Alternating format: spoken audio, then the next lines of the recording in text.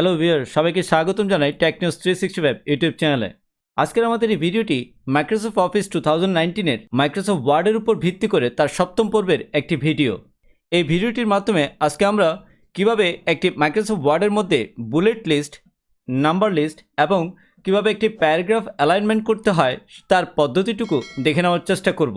আর এক্ষেত্রে আপনারা যারা এই মাইক্রোসফট ওয়ার্ডের অন্যান্য বিষয়গুলো সম্পর্কে যারা মিস করেছেন তারা অবশ্যই আমাদের এই মাইক্রোসফট ওয়ার্ডের উপর ভিত্তি করে যে সিরিজটি শুরু হয়েছে টেক নিউজ 365 ইউটিউব চ্যানেলে, তার প্রথম পর্ব থেকেই একটু কষ্ট করে দেখে নেওয়ার চেষ্টা করবেন। এর ফলে এর আগের ভিডিওগুলোর মাধ্যমে আপনারা মাইক্রোসফট ওয়ার্ড সম্পর্কে আরও বিস্তারিত ধারণাগুলো পেয়ে যাবেন। Please do the subscribe and hit the bell icon. চলুন তাহলে এখন আমরা আজকের ভিডিওটির মাধ্যমে আজকের পর্বের বিষয়গুলো সম্পর্কে ধারণা নেওয়ার চেষ্টা করি। আর এক্ষেত্রে আমাদের কাছে আগে থেকে একটি ল্যাব তৈরি করা ছিল, আর সেই তৈরিকৃত ল্যাব ফাইলটি আমি ওপেন করছি আপনাদের সামনে। এই মুহূর্তে আমরা দেখতে পাচ্ছি সেই ল্যাব ফাইলটি। এবার আমরা আপনাদেরকে প্রথমে একটি ওয়ার্ড ফাইলের মধ্যে কিভাবে বুলেট লিস্ট সেট করতে হয় সেই পদ্ধতিটুকু দেখানোর চেষ্টা করছি। তার জন্য এই ওয়ার্ড ফাইলের মধ্যে আমরা দেখতে পাচ্ছি হোয়াই চুজ আস একটি হেডলাইন, তার আন্ডারে তিনটি কোয়েশ্চেন আছে। তার একটি কোয়েশ্চেন হচ্ছে want to improve your mobility, flexibility and strength, আর তার পরবর্তীতে আরেকটি কোয়েশ্চেন আছে এবং এর পরবর্তীতে আরও একটি কোয়েশ্চেন আমরা দেখতে পাচ্ছি, যে কোয়েশ্চেনগুলো আমি সিলেক্ট করে আপনাদেরকে দেখাচ্ছিলাম। আর এই তিনটি কোয়েশ্চেনের আগে আমরা অবশ্যই বুলেট কিভাবে সেট করতে হয় সেটি আমি দেখানোর চেষ্টা করব। তার জন্য প্রথমে আমি একটি কোয়েশ্চেনকে সিলেক্ট করে নিলাম মাউস পয়েন্টার দিয়ে। সিলেক্ট করা হয়ে গেলে এবার হোম ট্যাবের আন্ডারে প্যারাগ্রাফ একটি গ্রুপ দেখতে পাচ্ছি। সেই প্যারাগ্রাফ গ্রুপের উপরে আমরা দেখতে পাচ্ছি একটি বুলেট বাটন। এই বুলেট বাটনের পাশে একটি ড্রপ ডাউন লিস্ট আছে, সেটিকে ক্লিক করব এবং ক্লিক করার পর এই বুলেট লাইব্রেরির আন্ডারে অনেক ধরনের বুলেট আমরা দেখতে পাচ্ছি। তার মধ্যে এই প্রথম বুলেটটি আমি সেট করছি। এইভাবে আমরা প্রত্যেকটা কোয়েশ্চেনের আগে এই ধরনের বুলেট লিস্ট সেট করতে পারি। আর তার জন্য প্রথমে আমি কন্ট্রোল চেপে ধরে পরের কোয়েশ্চেনগুলোকেও সিলেক্ট করে নিব। একইভাবে তৃতীয় কোয়েশ্চেনটিকেও সিলেক্ট করলাম। এরপর পুনরায় আমি প্যারাগ্রাফ গ্রুপের বুলেট বাটনটিতে ক্লিক করে ড্রপ ডাউন লিস্টে ক্লিক করলাম। এরপর বুলেট বাটনে ক্লিক করব। এর ফলে আমরা দেখতে পাচ্ছি আমাদের কোয়েশ্চেনগুলোর আগে বুলেট লিস্টটি সেট হয়ে গেছে। এইভাবেই আমরা চাইলে প্রত্যেকটা কোয়েশ্চেনের আগে এভাবে বুলেট সেট করতে পারি। এবার আমরা সবার শেষ যে কোয়েশ্চেনটি আছে তার পাশে কার্সরটি রাখলাম, এরপর এন্টার দিলাম। দেখুন সে অটোমেটিক্যালি আরেকটি বুলেট চলে এসেছে। এবার চাইলে আমরা এখানে অন্যান্য কিছু লিখেও দিতে পারি বা অন্য আরেকটি কোয়েশ্চেনও লিখতে পারি। আশা করি আপনারা বুঝতে পেরেছেন একটি ওয়ার্ড ফাইলের মধ্যে কিভাবে বুলেট লিস্ট সেট করতে হয়। আর এইটুকু সেট হয়ে গেলে আপনি অবশ্যই চাইবেন এটিকে সেভ করতে, তাই ফাইল ট্যাবে গিয়ে সেভ বাটনে ক্লিক করবেন। এর ফলে আমাদের ওয়ার্ড ফাইলটির মধ্যে যে পরিবর্তনটুকু আমরা করেছি সেটি সেভ হয়ে গেল। এবার আমরা দেখার চেষ্টা করব কিভাবে নাম্বার লিস্টটি সেট করতে হয়। তার জন্য আমি এই ওয়ার্ড ফাইলের পরের পেজটিতে গেলাম। সেই পেজের মধ্যে the bit by bit golden rules of fitness এই হেডলাইনটির নিচে কিছু লেখা দেখতে পাচ্ছি। এই লেখাগুলোর সামনে আমি নাম্বার লিস্টটি সেট করতে চাই। তার জন্য আমি মুভ মোর এইখানে কার্সরটি রেখে পুরো লেখাটিকে সিলেক্ট করে নিলাম। এর পরবর্তীতে হোম ট্যাবে গিয়ে পুনরায় আবার প্যারাগ্রাফ গ্রুপে যাব।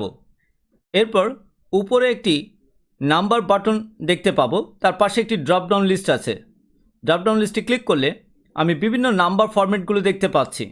তার মধ্যে আমার পছন্দনীয় সেই নাম্বার লিস্টটি আমি সেট করে দিতে পারি এবং যার উপরেই আমি সিলেক্ট করব সেই অনুযায়ী ওই লেখাতে সেই নাম্বার লিস্টটি সেট হয়ে যাবে। এই মুহূর্তে আমি তৃতীয় বাটনটি ক্লিক করলাম। এর ফলে আমরা দেখতে পাচ্ছি আমাদের লেখাগুলোর সামনে নাম্বার লিস্টটি সেট হয়ে গেছে। যদি আপনি মনে করেন এই নাম্বার লিস্টটি আপনি বাদ দিবেন, সেক্ষেত্রে পুনরায় আপনি লেখাটিকে সিলেক্ট করে নাম্বার বাটনের উপর ক্লিক করার পর নান বাটনে ক্লিক করবেন। এর ফলে পুনরায় সেটি আবার আগের মতো হয়ে গেল। আমি যেহেতু চাইছি এই লেখাগুলোর সামনে নাম্বার লিস্টে এই মুহূর্তে সেট থাকুক, তার জন্য আমি পুনরায় লেখাটিকে আবার সিলেক্ট করে নাম্বার বাটনে ক্লিক করে পুনরায় নাম্বার বাটনটি ক্লিক করে দিলাম। এর ফলে আমার লেখাগুলোর সামনে আবার পুনরায় নাম্বার লিস্টটি সেট হয়ে গেল। আর এইভাবেই প্রত্যেকটা লেখার সামনে আমরা চাইলে নাম্বার লিস্ট সেট করতে পারি। এবার আমরা দেখব কিভাবে প্যারাগ্রাফ অ্যালাইনমেন্ট করতে হয়। সেই ওয়ার্ড ফাইলের আমরা সবার উপরে দেখতে পাচ্ছি আওয়ার স্টোরি একটি হেডলাইন, এর পরবর্তীতে পুনরায় দেখতে পাচ্ছি হোয়াই চুজ আস একটি হেডলাইন। এভাবে আমাদের এই ওয়ার্ড ফাইলের প্রত্যেকটা হেডলাইনকে আমরা সেন্টারে নিয়ে আসতে চাই। আর এক্ষেত্রে এইভাবে একটি লেখাকে তার প্রয়োজন অনুযায়ী বামে, মাঝখানে অথবা ডানে নিয়ে যাওয়ার যে পদ্ধতি সেটাকে তারা বলছে প্যারাগ্রাফ অ্যালাইনমেন্ট। এক্ষেত্রে সে প্যারাগ্রাফ অ্যালাইনমেন্টটি কীভাবে করতে হয় সেটি আমরা এখন দেখে নেওয়ার চেষ্টা করব। তার জন্য আমি প্রথমে আওয়ার স্টোরিটিকে সিলেক্ট করলাম। একইভাবে যে লেখাগুলোকে আমরা অ্যালাইনমেন্ট করতে চাই সেগুলোকে সিলেক্ট করব। তার জন্য কন্ট্রোল চেপে ধরে হোয়াই চুজ আস এই লেখাটিকেও আমি সিলেক্ট করলাম। একইভাবে আমি হোয়াট উই অফার এটিকেও সিলেক্ট করলাম।